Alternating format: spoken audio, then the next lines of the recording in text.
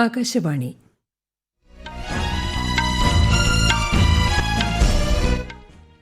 നമസ്കാരം. വാർത്തകൾ വായിക്കുന്നത് ബിന്ദു.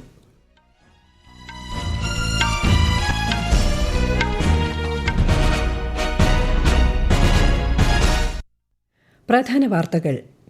ബീഹാറിൽ ആദ്യഘട്ട നിയമസഭാ തെരഞ്ഞെടുപ്പിന്റെ വോട്ടെടുപ്പ് പുരോഗമിക്കുന്നു. 11 മണിവരെ 27.65% പോളിംഗ്. രണ്ടാം ഘട്ട തെരഞ്ഞെടുപ്പ് പ്രചാരണം ഊർജിതം. വന്ദേ മാതരത്തിന്റെ 150ാം വാർഷിക ആഘോഷങ്ങളിലേക്ക് രാജ്യം. ഒരു വർഷം നീളുന്ന പരിപാടികൾ പ്രധാനമന്ത്രി നരേന്ദ്രമോദി നാളെ ന്യൂഡൽഹിയിൽ ഉദ്ഘാടനം ചെയ്യും. കേരളത്തിലെ സർക്കാർ ആശുപത്രികളുമായി ബന്ധപ്പെട്ട പോരായ്മകൾ പരിഹരിക്കാൻ സ്വീകരിച്ച നടപടികളിൽ സത്യവാങ്മൂലം സമർപ്പിക്കാൻ സംസ്ഥാന സർക്കാരിന് ഹൈക്കോടതി നിർദ്ദേശം. ഇന്ത്യ തദ്ദേശീയമായി നിർമ്മിച്ച നാവികസേനയുടെ സർവേ വെസൽ ഇക്ഷക് ഇന്ന് കൊച്ചിയിൽ കമ്മീഷൻ ചെയ്യും.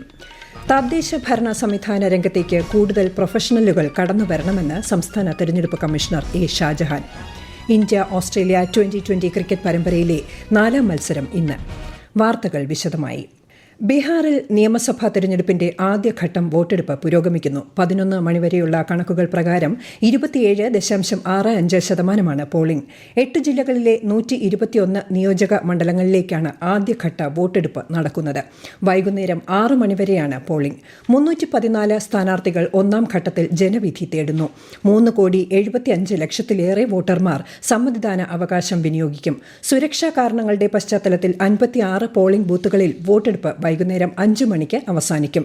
രണ്ടാമത്തെയും അവസാനത്തെയും ഘട്ട വോട്ടെടുപ്പ് ഈ മാസം 11 നടക്കും. ഈ മാസം 14 വോട്ടെണ്ണൽ.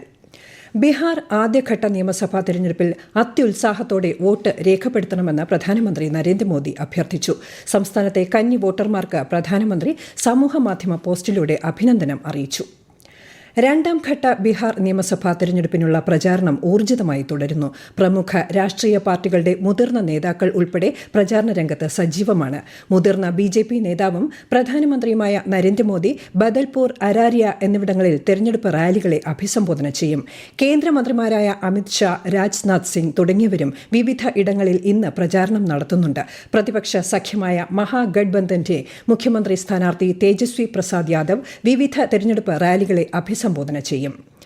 വന്ദേ മാതരത്തിന്റെ 150ാം വാർഷിക ആഘോഷങ്ങളിലേക്ക് രാജ്യം. ഒരു വർഷം നീളുന്ന പരിപാടികൾ പ്രധാനമന്ത്രി നരേന്ദ്രമോദി നാളെ ന്യൂഡൽഹിയിൽ ഉദ്ഘാടനം ചെയ്യും. വിശദാംശങ്ങളിലേക്ക്. ഇന്ത്യയുടെ സ്വാതന്ത്ര്യ പ്രസ്ഥാനത്തിന് പ്രചോദനം നൽകുകയും രാജ്യത്തിന്റെ അഭിമാനവും ഐക്യവും ഉയർത്തിക്കാട്ടുകയും ചെയ്ത കാലാതീത രചനയാണ് വന്ദേമാതരം. അടുത്ത വർഷം നവംബർ 7 വരെ നീണ്ടുനിൽക്കുന്ന രാജ്യവ്യാപകമായ ആഘോഷ പരിപാടികളുടെ ഉദ്ഘാടനം നാളെ നടക്കും. വന്ദേമാതരത്തിന്റെ 150ാം വാർഷിക ചരിത്രത്തെക്കുറിച്ചുള്ള ക്യൂറേറ്റഡ് എക്സിബിഷൻ, ഹ്രസ്വ ഡോക്യുമെന്ററി പ്രദർശനം, സ്മാരക സ്റ്റാമ്പും നാണയവും പുറത്തിറക്കൽ എന്നിവയും ഉദ്ഘാടന ചടങ്ങിനോടനുബന്ധിച്ച് സംഘടിപ്പിച്ചിട്ടുണ്ട്. വന്ദേമാതരത്തിന്റെ 150ാം വാർഷികം രാജ്യവ്യാപകമായി ആഘോഷിക്കാൻ കഴിഞ്ഞ മാസം 1 കേന്ദ്രമന്ത്രിസഭ അംഗീകാരം നൽകിയിരുന്നു. ദേശീയ ഗീതത്തിന്റെ വാർഷികാഘോഷത്തെക്കുറിച്ച് മൻ കി ബാത്തിന്റെ 127ാം പതിപ്പിൽ പ്രധാനമന്ത്രിയും പരാമർശിച്ചിരുന്നു. ആഘോഷങ്ങളിൽ രാജ്യത്തെ എല്ലാ പൌരന്മാരും പങ്കെടുക്കണമെന്ന് ശ്രീ നരേന്ദ്രമോദി ആഹ്വാനം ചെയ്തു. News desk, Akashvani. പ്രതിരോധ സെക്രട്ടറി രാജേഷ് കുമാർ സിംഗിന്റെ നേതൃത്വത്തിലുള്ള ഇന്ത്യൻ പ്രതിനിധി സംഘം ഇന്ന് ഇസ്രായേലിലെ മുൻനിര പ്രതിരോധ കമ്പനികൾ സന്ദർശിച്ചു. ഉൽപാദനം, വികസനം തുടങ്ങിയ മേഖലകളിലെ സഹകരണം ഉറപ്പാക്കുന്നതിന്റെ ഭാഗമായാണ് സന്ദർശനം. ആത്മനിർഭർ ഭാരത് സംരംഭം അഭിവൃദ്ധിപ്പെടുത്തുന്നത് കൂടി സന്ദർശനം ലക്ഷ്യമിടുന്നതായി പ്രതിരോധ മന്ത്രാലയം സമൂഹമാധ്യമ പോസ്റ്റിൽ അറിയിച്ചു. സർവേ വെസൽ ക്ലാസിലെ 3ാമത്തെയും ദക്ഷിണ നാവിക കമാൻഡ് ആസ്ഥാനമായുള്ള ആദ്യ കപ്പലുമായുള്ള ഇക്ഷക്കിന്റെ കമ്മീഷനിംഗ് ഇന്ന് കൊച്ചിയിലെ നാവിക താവളത്ത് നടക്കുന്ന ചടങ്ങിൽ നാവികസേനാ മേധാവി അഡ്മിറൽ ദിനേശ് കെ ത്രിപാഠിയുടെ സാന്നിധ്യത്തിൽ കപ്പൽ ഔദ്യോഗികമായി കമ്മീഷൻ ചെയ്യും.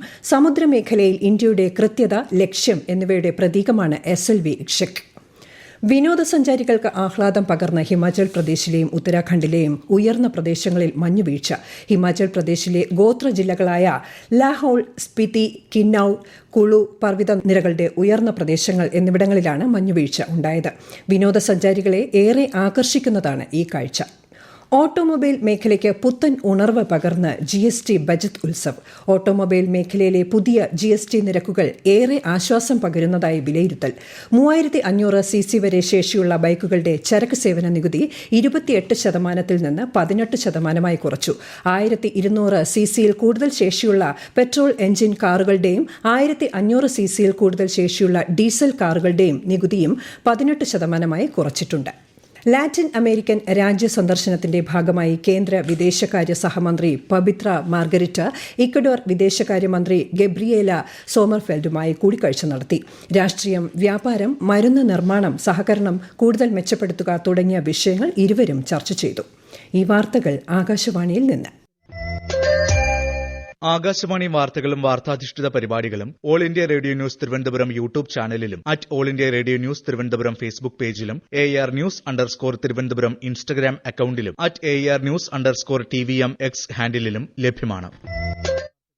കേരളത്തിലെ സർക്കാർ ആശുപത്രികളുമായി ബന്ധപ്പെട്ട് state council for clinical establishment ചൂണ്ടിക്കാണിച്ച പോരായ്മകൾ പരിഹരിക്കാൻ സ്വീകരിച്ച നടപടികൾ സംബന്ധിച്ച് സത്യവാങ്മൂലം സമർപ്പിക്കാൻ സംസ്ഥാന സർക്കാരിന് ഹൈക്കോടതി നിർദ്ദേശം. ആരോഗ്യവകുപ്പ് അഡീഷണൽ ചീഫ് സെക്രട്ടറിക്കാണ് കോടതി നിർദ്ദേശം നൽകിയത്. കോട്ടയം മെഡിക്കൽ കോളേജിൽ കെട്ടിടം തകർന്നതിനെ തുടർന്ന് സർക്കാർ ആശുപത്രികളിലെ സുരക്ഷാ മാനദണ്ഡങ്ങൾ സംബന്ധിച്ച് സമർപ്പിച്ച പൊതു താൽപര്യ ഹർജി പരിഗണിക്കുകയായിരുന്നു കോടതി. കേന്ദ്ര ആഭ്യന്തര മന്ത്രാലയം, യുവജനകാര്യ കായിക മന്ത്രാലയം, മേര യുവ് ഭാരത് എന്നിവ സംയുക്തമായി സംഘടിപ്പിക്കുന്ന 17ാമത് പട്ടികവർഗ യുവജന വിനിമയ പരിപാടി ഇന്ന് ഗവർണർ രാജേന്ദ്ര വിശ്വനാഥ് ആർലേക്കർ കോഴിക്കോട് ഉദ്ഘാടനം ചെയ്തു. പിന്നാക്ക മേഖലകളിലെ ഗോത്രവർഗ യുവജനങ്ങൾക്ക് രാജ്യത്തിന്റെ വിവിധ ഭാഗങ്ങളിലെ വികസന പ്രവർത്തനങ്ങൾ, സംസ്കാരം, പാരമ്പര്യം, ജീവിതശൈലികൾ എന്നിവ നേരിൽ കണ്ട് മനസ്സിലാക്കാനും ഗോത്രവർഗ യുവജനങ്ങളുടെ സമഗ്ര വികസനവും ലക്ഷ്യമിട്ടാണ് പരിപാടി സംഘടിപ്പിക്കുന്നത്. തദ്ദേശ ഭരണ സംവിധാന രംഗത്തേക്ക് കൂടുതൽ പ്രൊഫഷണലുകൾ കടന്നുവരണമെന്ന് സംസ്ഥാന തെരഞ്ഞെടുപ്പ് കമ്മീഷണർ A. ഷാജഹാൻ. തദ്ദേശ സ്വയംഭരണ തെരഞ്ഞെടുപ്പിന് മുന്നോടിയായി ആകാശവാണി തിരുവനന്തപുരം വാർത്താ വിഭാഗം മാധ്യമപ്രവർത്തകർക്കായി സംഘടിപ്പിച്ച ശില്പശാല ഉദ്ഘാടനം ചെയ്യുകയായിരുന്നു അദ്ദേഹം. ഗ്രാമസഭകളും വാർഡ് സഭകളും ഏറെ പ്രാധാന്യമുള്ള സംവിധാനങ്ങളാണെന്ന് ശ്രീ A. ഷാജഹാൻ പറഞ്ഞു. ഗ്രാമസഭകളും അതുപോലെ വാർഡ് സഭകളും എന്നുള്ള സംവിധാനത്തിലൂടെ, അതായത് ഇലക്ട് ചെയ്യപ്പെടുന്ന അംഗങ്ങൾക്ക് ഇലക്ടർമാരെ വിട്ടൊഴിഞ്ഞു പോകാൻ കഴിയില്ല. അവരെ ഇടയ്ക്കിടയ്ക്ക് കാണേണ്ടി വരുന്ന, കൂട്ടായിട്ട് തന്നെ കാണേണ്ടി വരുന്ന സാഹചര്യം ഈ ഭരണഘടനാ വ്യവസ്ഥയായിട്ട് തന്നെ കൊണ്ടുവന്നിട്ടുണ്ട്. അപ്പോൾ അതുകൊണ്ട് ഗ്രാമസഭകളും വാർഡ് സഭകളും എന്ന് പറയുന്നത് വളരെ വളരെ പ്രാധാന്യമുള്ള സംവിധാനങ്ങളാണ്. അവിടെയാണ് ഈ തദ്ദേശ സ്ഥാപനം നടപ്പാക്കേണ്ട പദ്ധതികൾ എന്താണ് എന്ന് തീരുമാനിക്കുന്നതും അതിനനുസരിച്ചുള്ള നടപടിക്രമങ്ങൾ പാലിക്കുന്നത്. സംസ്ഥാന തെരഞ്ഞെടുപ്പ് കമ്മീഷന്റെ മീഡിയ ഹാൻഡ്ബുക്കും തെരഞ്ഞെടുപ്പ് കമ്മീഷണർ പ്രകാശനം ചെയ്തു.